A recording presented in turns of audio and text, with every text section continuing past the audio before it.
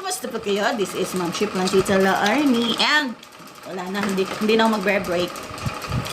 At naandito, sinamahan ko si Rapa Bay.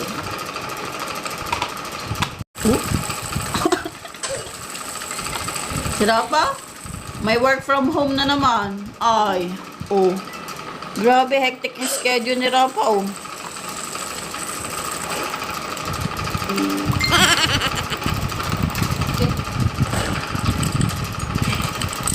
Kaya na niyo mo na. Pakonser ko dahil kung tama.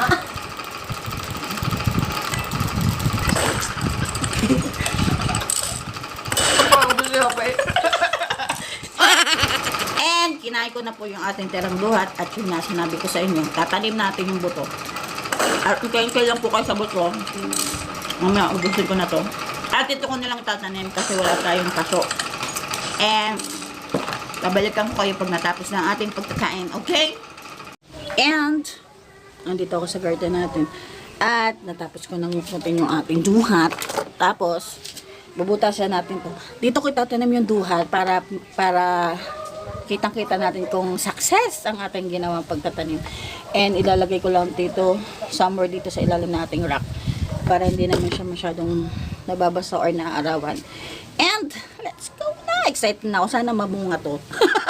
Mga ilang taon. Tapos pag lumaki na, lilipat natin doon sa kabilang side ng ating bahay. Doon sa may para may sawit sa batang hengka. Doon sa ano, sabi niya okay lang daw taniman ko yun ng mga gulay at tataniman natin ng duhat.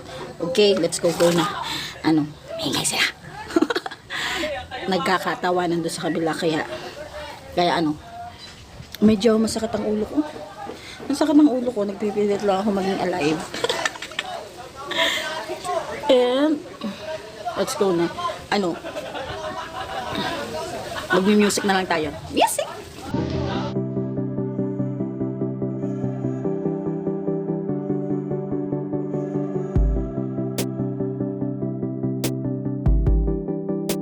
Ang gagawin ko pala, bukas ko na lang siya yung buto ibabaon siguro. Ano? Kasi sariwang-sariwa pa siya. Ibibilid ko lang siya ng kaunti dito. Bukas ng hapon ko na siya itatanim. Kasi hindi ko alam baka tuyo dapat lang itanim. Pero hindi pala. Lalagay ko lang siya sa ano, lalagay ko ng lupa, tapos doon ko napapaarawan. Then bukas ko na lang ibabaon. Oh. Tama? Okay. Lang yan. Excited na ako sa bunga.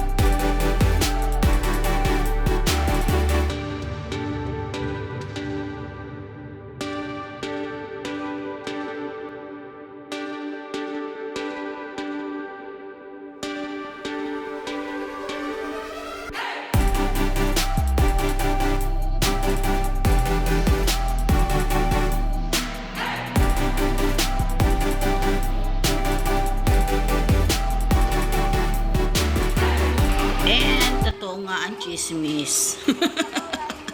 Nung nakatikom pa siya, kita ko na may dapulak siya. And then, nung nag-open, surprise! Hindi na pala surprise. May dapulak nga siya. Sana mawala yung dapulak at mag-open na yung isa pang dahon para hindi. May reserve tayo. Grabe, nagkadapulak. Nakatikom pa lang.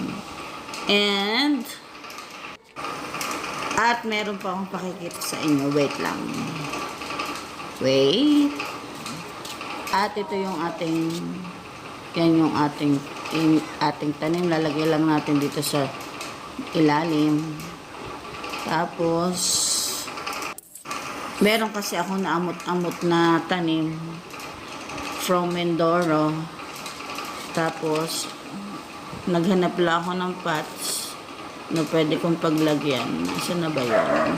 Ito. Yan. At medyo itatago ko siya kasi hindi ko alam kung snake plant pa ito o iba.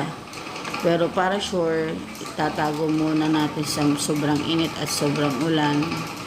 Yan, dyan muna silang dalawa and mag-grow kayo. Okay? Tapos, meron akong kinat dito sa may mga naglalawit na mga baby niya. Sumuloy na ulit o. Yan o.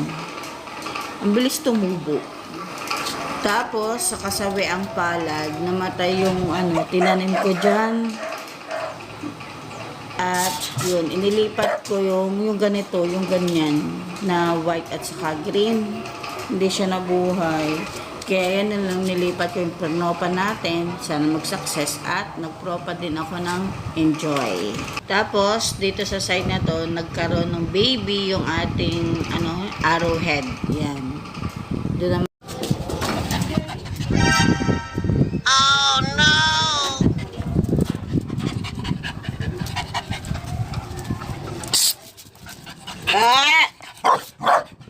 Sino may gawa dito? Sino may gawa nito? Ha? Ubo.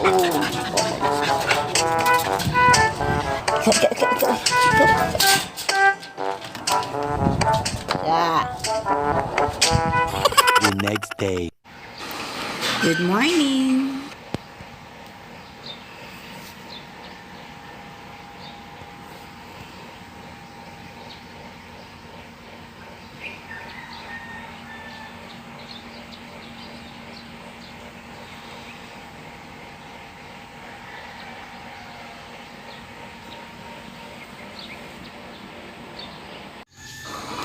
And silipin natin. Oh no, may guyam.